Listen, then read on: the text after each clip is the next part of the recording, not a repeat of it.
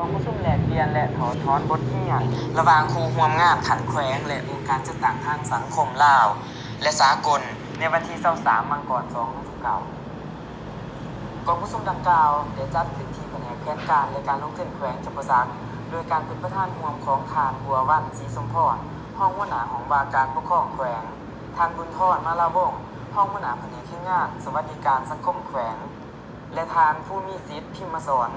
หัวหน้าสาขาสมาคมคนพิการแขวงจำปาสักเขาร่วมมีบรรดาทานจากแผนกการออกขางแขวง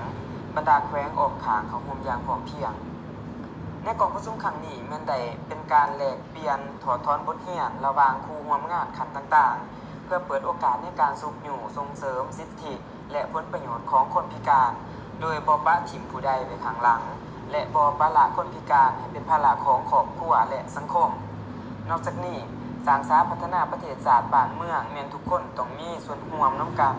ฉะนั้นคนพิการแม่นกำลังหนึ่งที่ได้มีการประกอบส่วนทางด้านสติกำลังและปัญญาในการสร้างสรรค์พัฒนาประเทศชาติท่านผู้มีสิทธิ์พิมพ์มาสอนหัวหน้าสาขาสมาคมคนพิการแขวงจำปาสักได้ให้สัมภาษณ์ตอนนั้นข้าพเจ้าชื่อผู้สิทธิ์พิมพ์มาสอนในนามหัวหน้าสาขาสมาคมคนพิการแขวงจำปาสักเนาะและเฉพาะสมาคมคนพิการแขวงจำปาสักนี้เป็นสมาคมหนึ่งที่ได้รับการสร้างตั้งไต่การสีนำผ้าของพรรคและรัฐเนาะได้สร้างตั้งขึ้นมาเพื่อสุขอยู่ส่งเสริมคนพิการอยู่ในแขวงบ่เฉพาะบ่ร่วมเป็นเพื่อคนพิการทั่วไปในระยะผ่านมานี้แล้วพวกเฮาได้เคลื่อนไหวเกี่ยวกับการ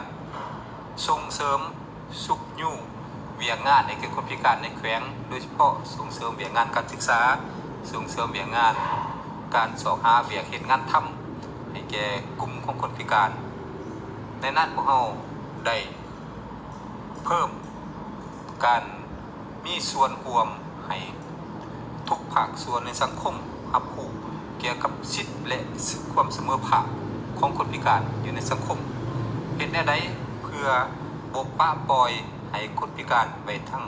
เบื้องหลังแก่สังคมและพวกข้าพเจ้า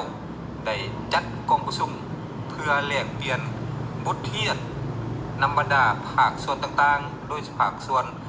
รัฐภาคส่วนสังคมอ้อมข้างแขวงเห็นได้ให้เขาเจ้าเห็นได้ถึงความสำคัญของคนพิการ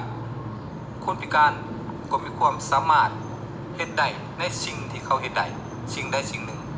เขาจะบ่เห็นได้หมดทุกอันและคนปกติก็บ่เห็นได้หมดทุกอันแต่คนพิการเห็นได้บางสิ่งบางอย่างก็ขออนุญาตให้แก่สังคมให้โอกาสแก่คนพิการให้เขาเจ้าสุขอยู่เลยส่งเสริมเขาเจ้าให้มีทางก้าวที่ดีขึ้นเพื่อการพัฒนาตนเองให้มีความก้าวหน้าให้มีการ